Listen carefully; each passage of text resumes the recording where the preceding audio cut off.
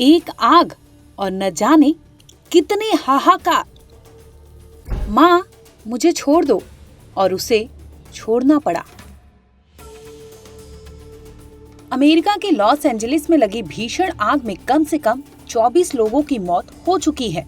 इस बात की आधिकारिक जानकारी भी सामने आ चुकी है।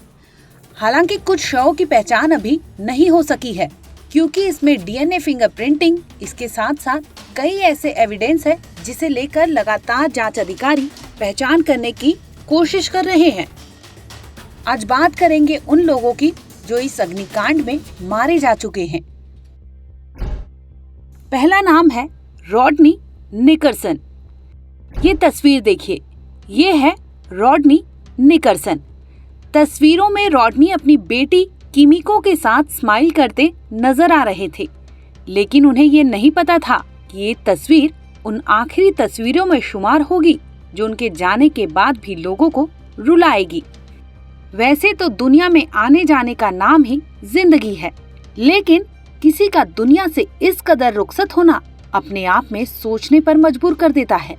83 साल के रॉडनी निकरसन आज जिंदा होते अगर उन्होंने अपनी बेटी की एक बात सुन ली होती, लेकिन अफसोस वो सुने नहीं और अनहोनी होने को थी सो हुई भी।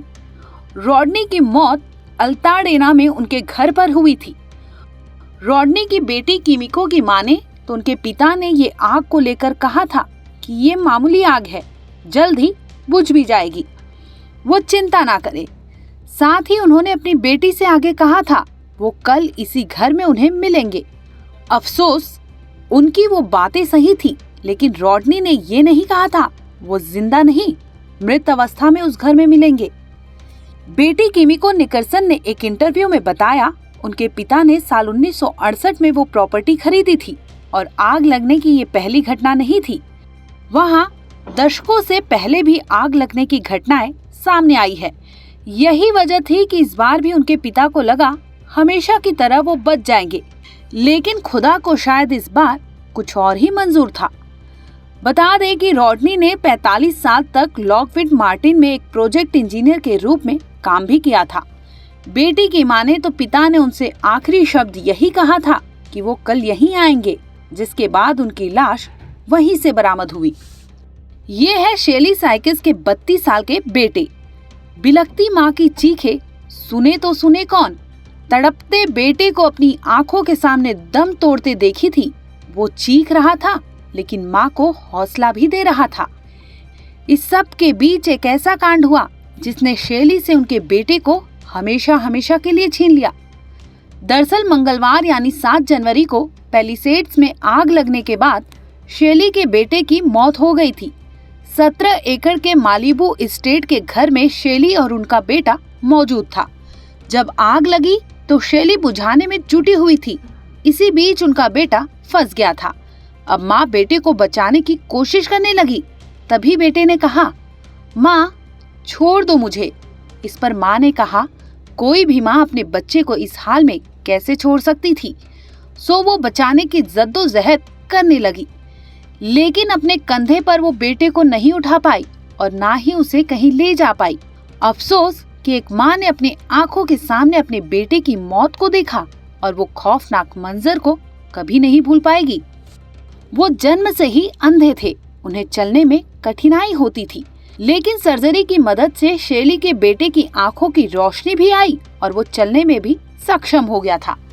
लेकिन नियति को शायद कुछ और ही मंजूर था, जिसने एक माँ को ताउम्र अपने बेटे की याद में जीने पर मजबूर कर दिया है। आंखों पर गॉगल, सिर पर टोपी, चेहरे पर हल्की मुस्कान लिए ये थे विक्टर शॉ। अमेरिका के जंगलों में लगी आग ने अब तक 24 लोगों को अपना निवाला बना लिया है। इस लिस्ट में विक्टर शॉ का भी नाम है। विक्टर जंगल की आग से अपने घर को बचाने की कोशिश कर रहे थे, तभी इस हादसे में वो अपनी जान गंवा बैठे।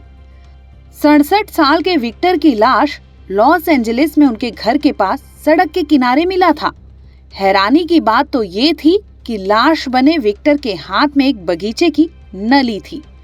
शॉ अपनी छोटी बहन शेरी के साथ घर में रहते थे।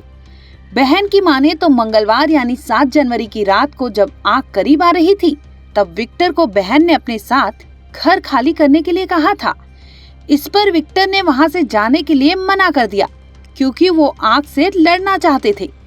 बहन भाग गई क्योंकि अंगारे बहुत बड़े थे और आग की लपेटों की तरह उड़ रहे थे। बहन की माने तो उन्हें अपने बड़े भाई की याद आएगी, उन्हें वो इस कदर खो देगी, ये कभी नहीं सोची थी। बहन अब उनके यादों के साथ जी रही है, जिसमें उनसे बात करना, उनके साथ मजाक करना, उनके साथ ट्रेवल करना, ये सब कुछ वो बहन आज मिस कर रही थी। वो बहन ही थी जो अपने भाई को आग से बचाने की कोशिश कर रही थी, लेकिन भाई ने एक न सुनी और आखिरकार इस हादसे ने भाई की जान ले ली। ब्यूरो रिपोर्ट, क्राइम तक।